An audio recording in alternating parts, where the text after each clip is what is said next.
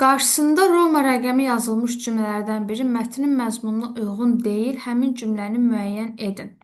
Mətni nəzər salsaq, görərik ki, burada birinci cümlə, 2, 3 və beşinci cümlə həmin abzasın məzmununa uyğundur. Birinci cümlədə qeyd olunub ki, arı yalnız koloniya üzvü olanda sağ qala bilər. Heç bir arı öz başına uzun müddət yaşamaq imkanında deyil. Yəni arılar birlikdə yaşayırlar, tək başına yaşaya bilmirlər. Göründüyü kimi birinci cümlənin ardıca gələn cümlə həmin fikrin davamıdır. İkinci cümlədə qeyd olunub ki, arı koloniyası bir kraliçadan, minlərlə işçi arıdan və müəyyən mövsümlərdə bir neçə yüz, hətta minlərlə erkək arıdan ibarət olur.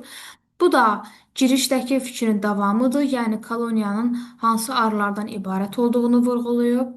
Üçüncü cümləmizdə arı koloniyasının müəyyən bir sığınacağı olmalıdır. Burada isə arıların yaşadığı mühitdən danışır. Ardıcada da göründüyü kimi yuvası qeyd olunub. Deməli, üçüncü cümlədə məhz həmin abzası aiddir.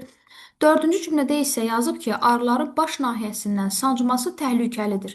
Amma ardıcı gələn cümlələrdə arının hansı təhlükələrə səbəb olması qeyd olunmayıb. Burada qeyd olunub ki, ana arı yumurta qoyur, başqa heç nəyə diqqət etmir, bir gündə filan qədər yumurta qoyur. Deməli, məhz bu dördüncü cümlə bu abzasın məzmununa uyğun deyil.